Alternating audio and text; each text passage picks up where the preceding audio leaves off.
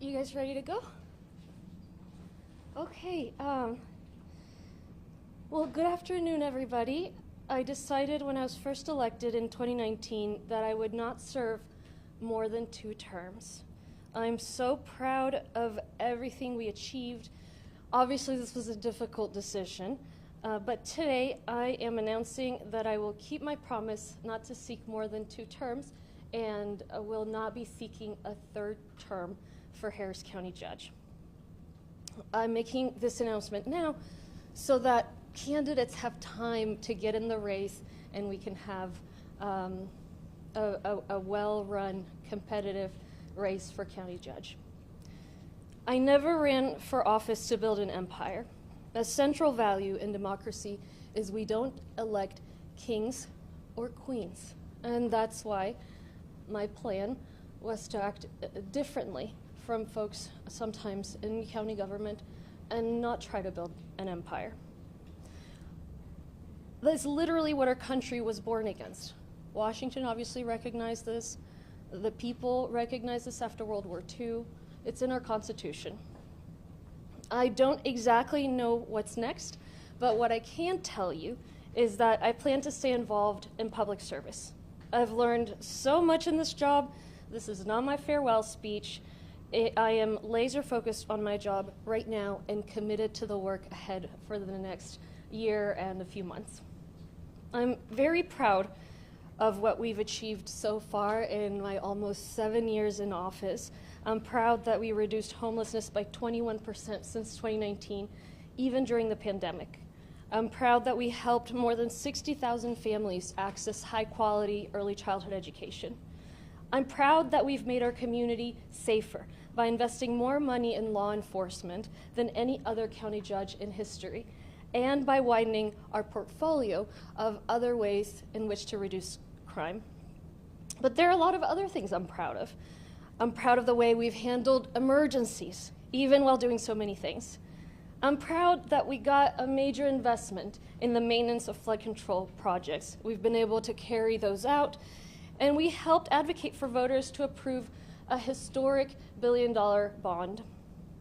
I'm proud of the investments in mental health, the way we've changed the conversation around mental illness. I'm proud that we're taking the mantle to promote Harris County abroad. But what I'm most proud of is this community. With this job, I have fallen more in love with Harris County. There are many other places where we have politicians of all stripes, but not many where a 26-year-old immigrant can be elected the county executive. When my family came to the United States, Houston-Harris County was the shining city on a hill, and it still is for me. So it continues to be a privilege to be your county judge, and a privilege and an honor to represent you all, and I look forward to the rest of my term. I will take any questions. Actually, let me repeat in Spanish.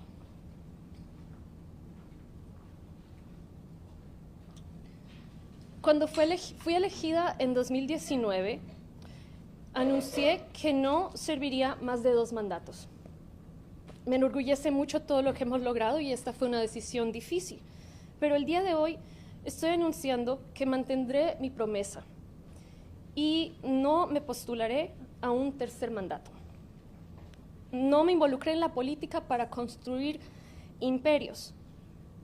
Es un valor central en nuestra democracia, una fundación que no tenemos ni reyes ni reinas. Cuando nos rebelamos contra la monarquía inglesa, ese fue el principio. Entonces, es por eso que estoy cumpliendo esa promesa. Estoy anunciando mi decisión el día de hoy para permitir tiempo a que candidatos se postulen para la posición de Condado Harris y pueda haber una contienda competitiva. Este no es mi discurso de despedida, todavía me queda más de 1 año en esta posición. Sigo con un enfoque total en mi cargo y sigo muy comprometida al trabajo que queda por hacer. Algunos de los avances del progreso que hemos logrado que quiero nombrar. Hemos ya trabajado por casi 7 años. Me enorgullece que reducimos la indigencia por 21% desde el 2019, aún durante la pandemia. Me enorgullece que hemos ofrecido educación de primera infancia de alta calidad a más de 60,000 familias. Me enorgullece que hemos creado un condado más seguro al hacer la inversión más grande en la historia de nuestro condado para la fuerza policial y la seguridad pública.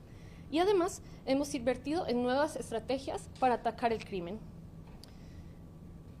Y hay más cosas aún. Me enorgullece la manera en la cual hemos manejado las emergencias, aún con muchas cosas que hacer. Me enorgullecen los programas de mantenimiento de proyectos de inundación, los proyectos que hemos creado y el dinero que hemos podido recibir del gobierno federal. Me enorgullecen las inversiones en la salud mental y cómo se ha cambiado la conversación en cuanto a las enfermedades mentales.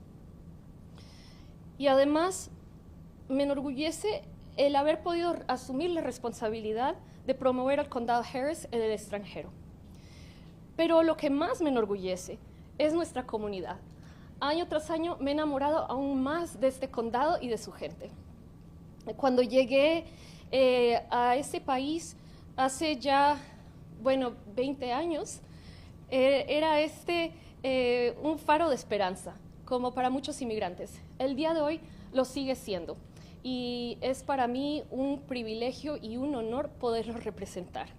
Como he dicho, no ha terminado mi mandato. Agradezco a los votantes al creer en mí y ha sido y continúa siendo un privilegio. Okay, I'll take any questions. Judge, you have another year obviously left, but you mentioned a string of accomplishments. Any regrets and or goals that you haven't been able to accomplish to this point? Yes, I mean, look, everybody makes mistakes. And so something that comes to mind immediately is during COVID, we were all doing the best that we could.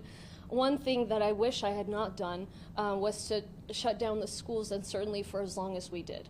My understanding was the spread was going to be very significant in schools. That's sort of what logic told the scientists. Turned out not to be the case. And I remember at the time a colleague from the opposing party in the legislature calling me and saying, Judge, especially for the kids that have special needs, you really shouldn't do this. And of course, I considered what he said.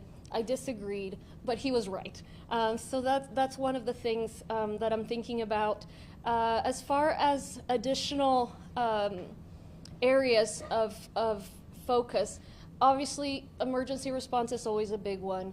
Crime prevention is always a big one. Those are sort of given. But on top of that, more proactively, mental health.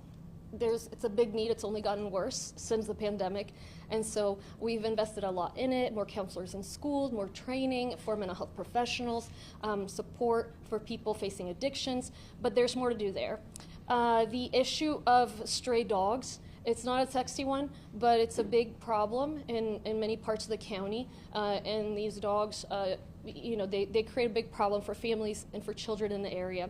And then with the World Cup coming, the issue of human trafficking, we all know it's a big issue, especially around NRG. We've done work around it, many community efforts that are wonderful, and I want to also make the county a little bit bigger part of that.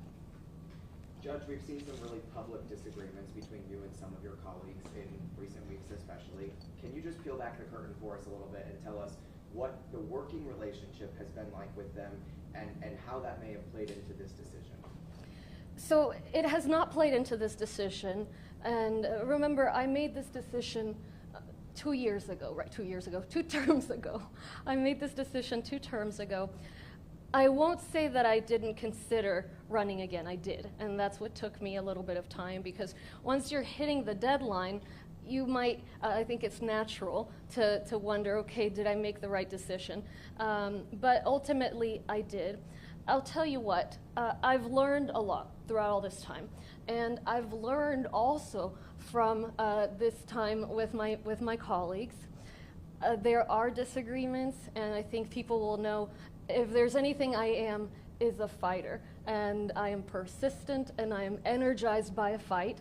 And sometimes my devotion to issues may come across as offensive to some, but I don't apologize for it, and everything I've advocated for has been nothing to advance my own interests, but in fact, the interests of the community. Sometimes you have to compromise, and sometimes you have to advocate. But I frankly think that this thinking of compromise as the end-all be-all is not quite right. I think we have learned that sometimes, especially these days, that's not the way to achieve things. Judge, ¿cuál es el mensaje para la comunidad hispana que al verla se sentía representada y ahora puede sentir una incertidumbre de qué es lo que va a pasar después?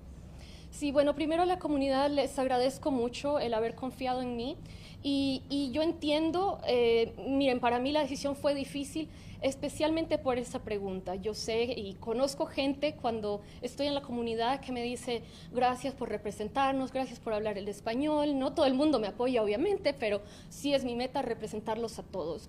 Y bueno, la verdad es que no puedo ser tan arrogante como para pensar que soy la única persona que puede representar apropiadamente la comunidad latina. Entonces confío en que la persona que la comunidad elija también tenga ese compromiso y sepan que yo no me iré por siempre. O sea, el hecho de que empecé este mandato el primero a los 26 años significa que hoy día terminando 8 tengo 34. Entonces me queda tiempo, planeo regresar para seguir estando involucrada y bueno, les agradezco más que nada.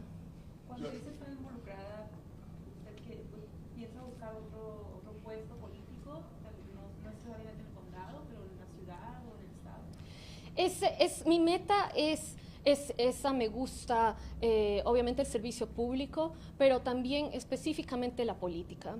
And there's something that was asked that I want to just touch on, and it's about, are you letting some people down, whether it be the Hispanic community or even now there's a very difficult political situation, certainly an important election coming up, and it's not something that I did not consider. What might people think? Might people think that I'm giving up during a difficult time? And I don't want that to be the takeaway. And here's why I ended up not making my decision based on that.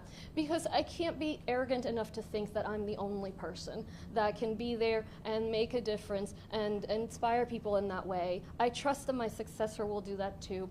And frankly, in terms of coming back to public service, etc.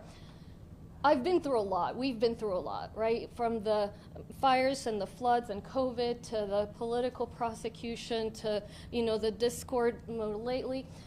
What I've taken away from it is this experience and ability to face politics and policy and keep going. And really not let that stick, not let it get to me. People tell you all the time, just let it go, don't take it so much to heart, but it's easier said than done. And on this side of all of that, on this side of my mental health leave, I can say I have done it. I know how to do that, and that means that I can be in these kinds of positions more sustainably. I just don't think this is a role I should have for 12 years. So, Judge, Let me, yeah, and then I'll go to, excuse me? What conversations, if any, have you had with entities outside of government as to where you might serve next? None. I'm not, have not been trying to look for another job just yet. I have been totally focused on my position. I plan to continue focused on my position. The only thing I can say is I'll remain involved in public service. I don't know in what capacity, and I can't know. It's early, I have a year, and of course I was focused on my job and my decision. Just emotionally, want to know where you're at emotionally. Is it a happy day for you, sad day for you? Where are you? I mean, it's a mixed bag. I feel really confident in the decision. Sometimes your gut just tells you if something's right, and it absolutely feels like the right thing. And I pride myself in keeping my promises, and from that side, if it's the right decision for me as well. But of course, once the year is out and next year and the term is over, I'm sure I will miss it. I'm sure I will. I love the job. I love the team. I've learned to master it in many ways and not let it eat me up. But, it's time for a change. I believe in fresh perspectives. I mean that. I don't just say it. I think that's part of the reason we don't want empires. I don't think I have that fresh perspective anymore. It's mostly what I've been thinking already. And so I think somebody else needs to come in and bring that. And that's why I fought so hard for ethics reform too, because when you have politicians that have unlimited coffers, can give hand-give contracts to their donors, well then they're not accountable to voters anymore. They can win no matter what. And yes, let me take your question here. Did you consider CD 29 or CD 18? I have a second question as well. Why don't you ask the Did you second one real quick? consider Yeah, the I heard that one. Yeah. Right. Did you consider running for those positions?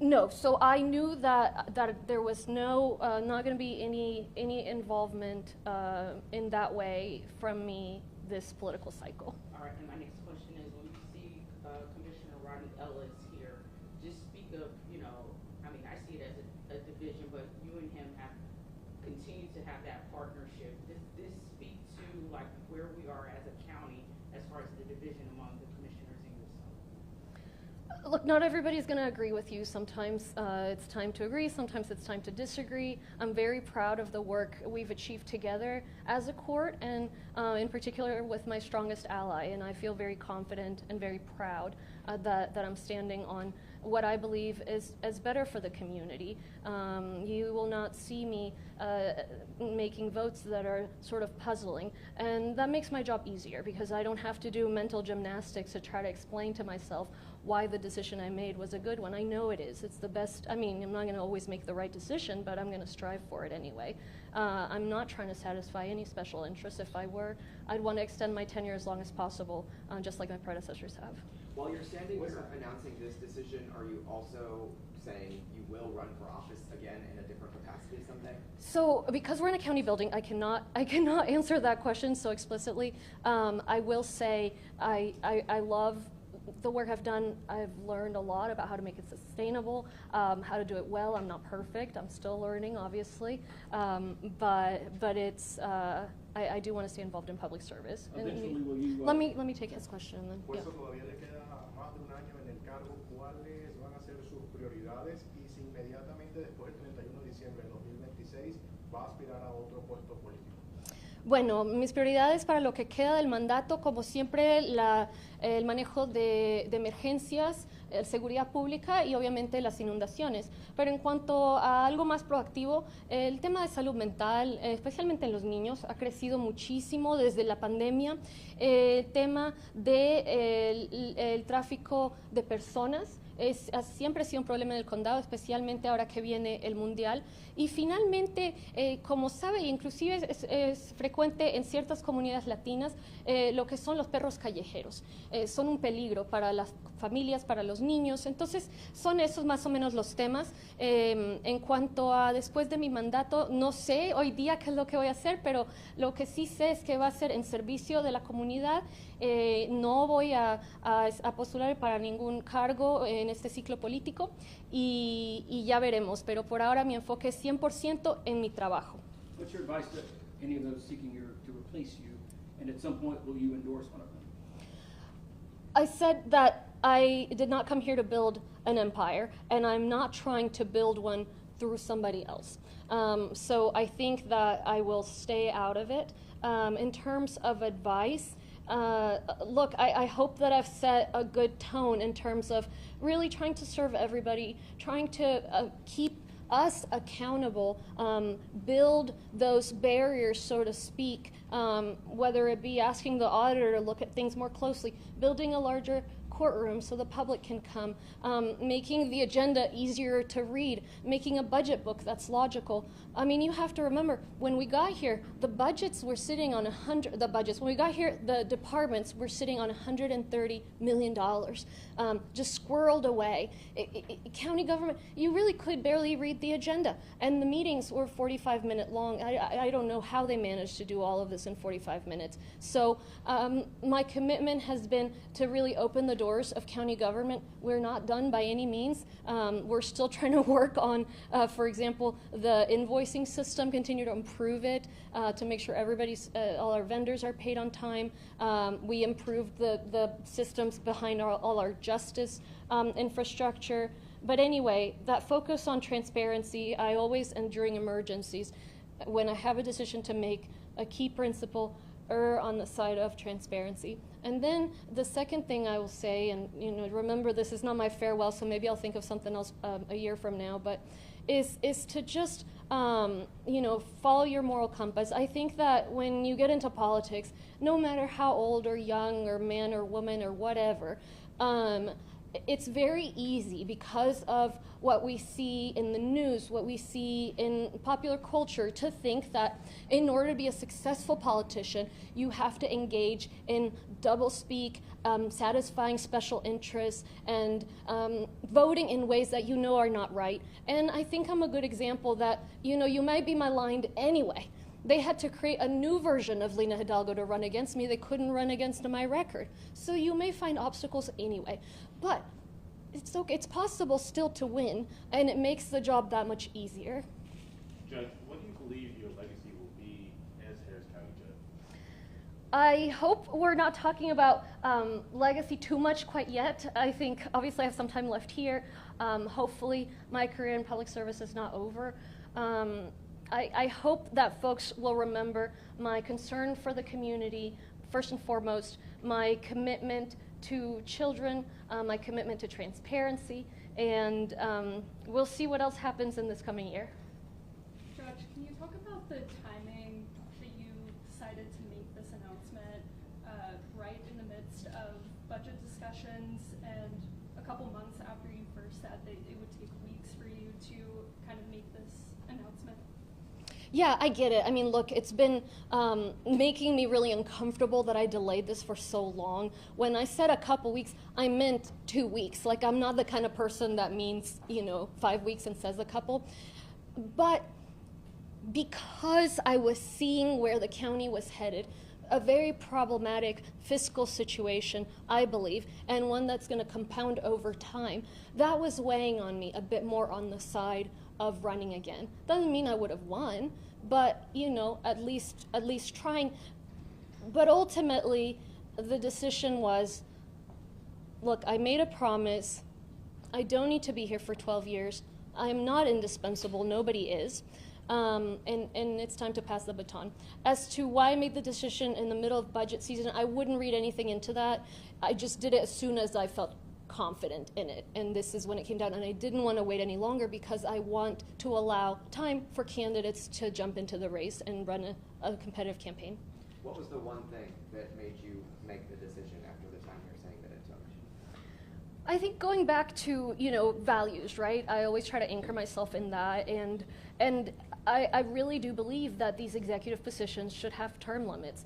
And particularly now, when we're talking about, a third term at the federal level, I just thought, with everything going on, I want to sort of put my money where my mouth is and act on those values that I have. This is a value of fulfilling promises, so I did that. I have a value about really supporting and trying to contribute to democracy in my mind, in my small way. I'm doing that.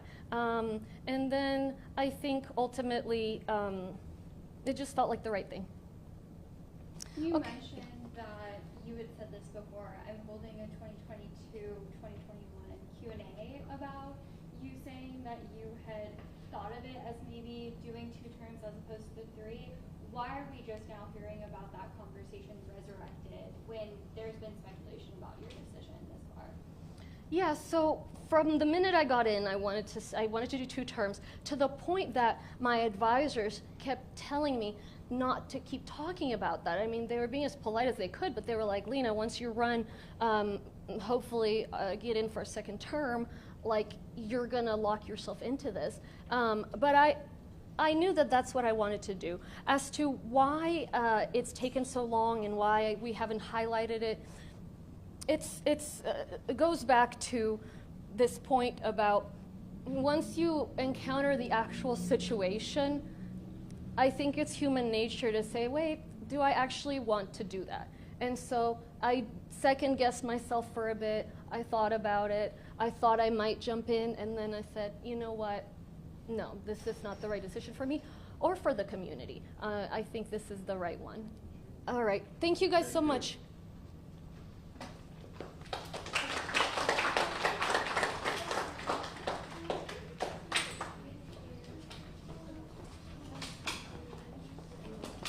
If y'all have any additional questions or want to do interviews, please reach out to Tammy. I think most of you have her contact information, and she can set that up for y'all over the next few days. Thanks.